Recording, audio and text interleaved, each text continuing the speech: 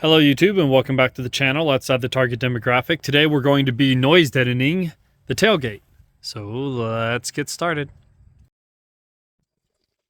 For those of you who haven't seen my halo lighting video, I would recommend it. Illuminates the entire trunk area. So what we're going to be doing is popping this plastic off, applying the noise deadener material as well as the insulation. We have a trip coming up here in the following week, and the less loud the car can be for the 6-hour drive, the better. In my experience, the easier place to start is going to be this side piece here. It might be easy enough I can do it one-handed, but it does not appear to be. Basically, we're just going to be prying this piece off and this piece off, and that'll give us access to the rest of it. If you don't have them already, I would recommend these are plastic non-marring pry bars, leverage bars, which will make popping the plastic all the easier. Basically, right here and right here, index onto those two teeth. So coming in from the outside in angle versus the window side, and get a leverage bar under there, pop them. If you push this up towards the window as you're prying, it'll pop up pretty easily. You can see we have, come on lighting, a Phillips right here. And of course, a Phillips right there. And that's going to allow us to start getting access to this guy. While we're in here, this is the hollow tube leading up to your rear windshield fluid dispenser. And on this side, we have the terminations for your heating element for your rear window. So there are other reasons to need to get up in here, but that's what we have so far. Let's remove those Phillips. With the two Phillips pulled, we can start popping this out. We're going to be popping this nipple connector out of the hole that it engages into. Bear in mind, this is a powered liftgate, which I don't appreciate quite as much as maybe other people will, but this seems very sturdy. So I popped this one. I'm just going to move to the other side. This one, I don't know if there's hidden screws or not. So we're going to pop everything else we can, get a better look. Kind of looks like it has its own dedicated pop nipples. I'm sure that's the industry term that is right there in the Subaru manual. But we're going to pop everything we can before going after that handle.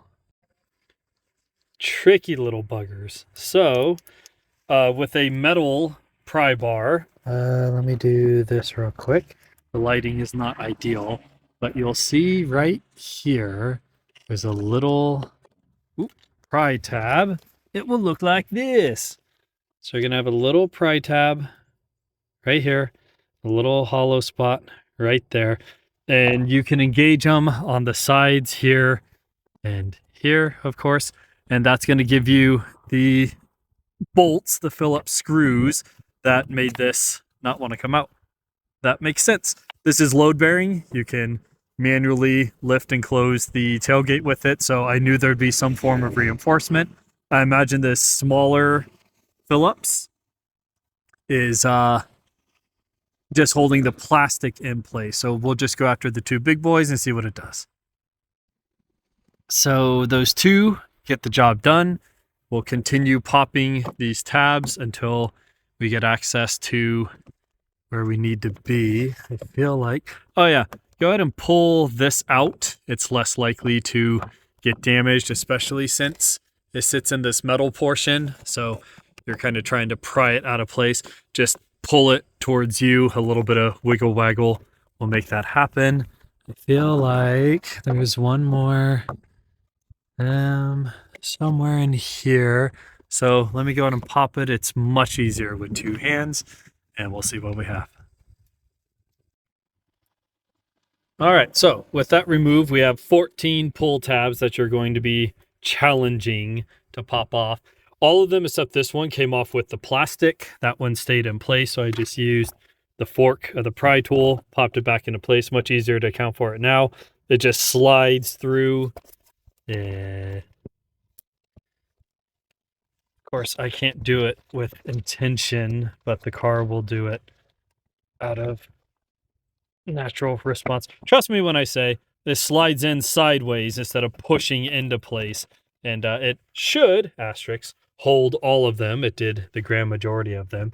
As we lift the tailgate back up, you'll notice we have a bulb here and a bulb here. These are going to be our backup lights. And Subaru gave you access hatches that you can get to without having to go this far into it. Pretty nifty neat. You'll notice I just took this frame off, lift this tab, slide the frame off, reconnect it. It does not seem to be polarized in that I can put this one here and that one there. So I guess if you wanted to, you could swap them around. But that helps me keep track of everything, and I'll know to put that back on as I put that back on. As we continue in here, we have a grounding point. We have the windshield wiper motor control here. Looks like 3 bolts would give you access to that. This is probably the speaker, so I suppose you could deactivate that if you wanted to. This is your power locking system. And unlike my Forester, we really don't have a lot of space to get all the way up in there, but we will do what we can. If I disconnect this, I'm sure I can get the deadening material in there. And then the insulating blanket, I'm just going to put probably on the back side of this. They do give you half-inch 1990s carpeting material, it looks like. So I'll probably leave this here, and I'll just roll the 10 millimeter foam over this and cut holes to allow these tabs to continue engaging as they have been. But let me see if I can't fish some of the Noico deadening material up in there. This is the Noico noise deadener that I use. Basically, there are triangles. As you push it into place, you're going to see that triangle flattened out. So that is a visual indicator that you have or have not used enough pressure to push it and adhere it into place. What I also did is the wife happened to be cooking, so you can put this in the oven and it's now much more malleable, much more bendable, and more likely to stick onto surfaces, especially relatively colder surfaces like the 50-degree weather we're dealing with today. Like a week ago it was 75, whatever, Ohio. So I have 2 sheets and a half from a leftover project. I'm sure that's going to be plenty to go ahead and deaden this. I'll probably put a piece here and a piece here, and then I'm going to try shoving some up in the cavity where it's going to be doing the most good. So again, you have the raised triangles that are smoothed out and flat once you apply enough leverage to them. This was the half sheet I had. And basically, I just used this. It's already smooth. It's already flat. This is rounded, so you can get into the indents and recesses. And I just slid it back and forth like a paintbrush and crushed it into place. That worked great for this stuff that I could actually get to. Now let's see how deep in the cavity I can get. Giggity. The answer is 8 inches. Okay, so I disconnected this connector, tucked it up away.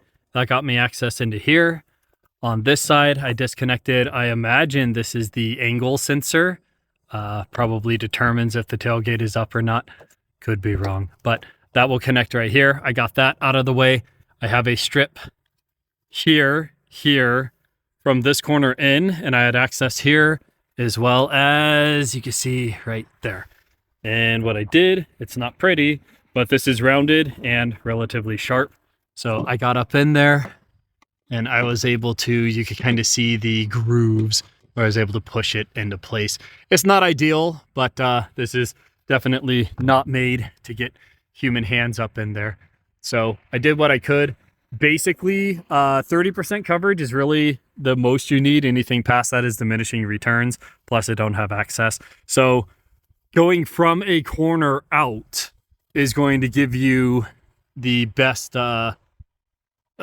absorption, I suppose, the best effect on the noise.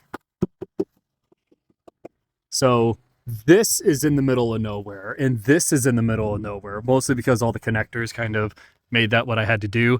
But this is also not the exterior. You can see even this one is touching the bottom of the tailgate and going up. So I have from the corners, from the crimped edges here going in, and I have 4 sheets on the exterior side and 2 on the interior. That's about the best I could do with this one. Review my Subaru Forester video.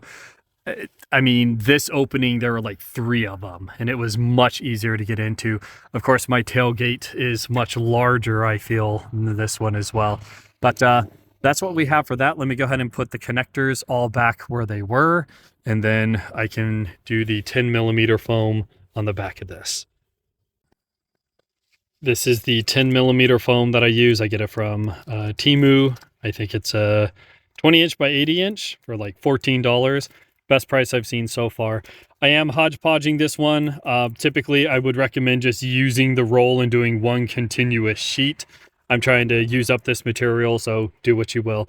But you do have a couple of hidden pieces that you'll need to account for, right? So I got 2 more cuts I need to make here and here. Cut around the tower that holds it, and then give yourself a flap, because again, this is access to your backup reverse lights, and you don't want to hinder yourself. So give yourself a flappy flap so you can get at those lights. And the more coverage you do, the better. This is essentially a jacket. So the way I explain it, this is a you're basically putting a suppressor on a firearm, right? You're reducing the noise that can be created. This is going to end up being an earplug. So the noise has been created. This is determining how much is getting to your eardrum. This is reducing how much is getting into your cabin. So we're attacking it 2 different ways. One material doesn't do both jobs very well, but both materials do both jobs pretty well.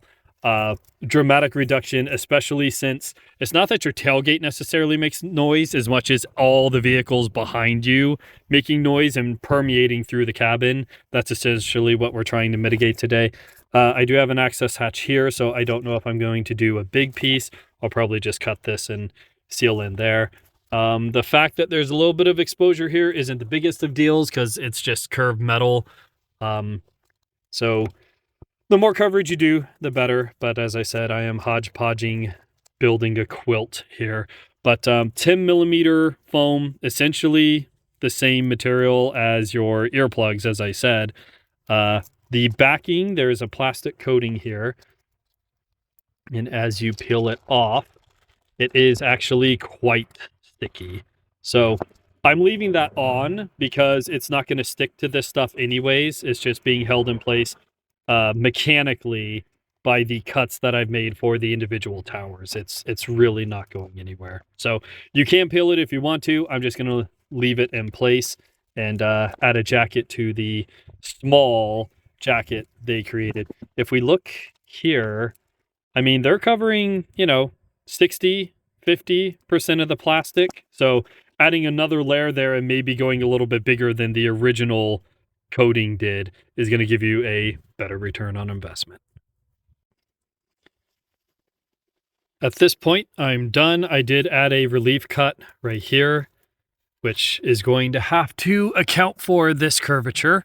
It's probably going to be a little bit more difficult putting it back into place because you have to crush all this foam down. And as I'm recording this, I am reminded that I have to make this cut and this cut.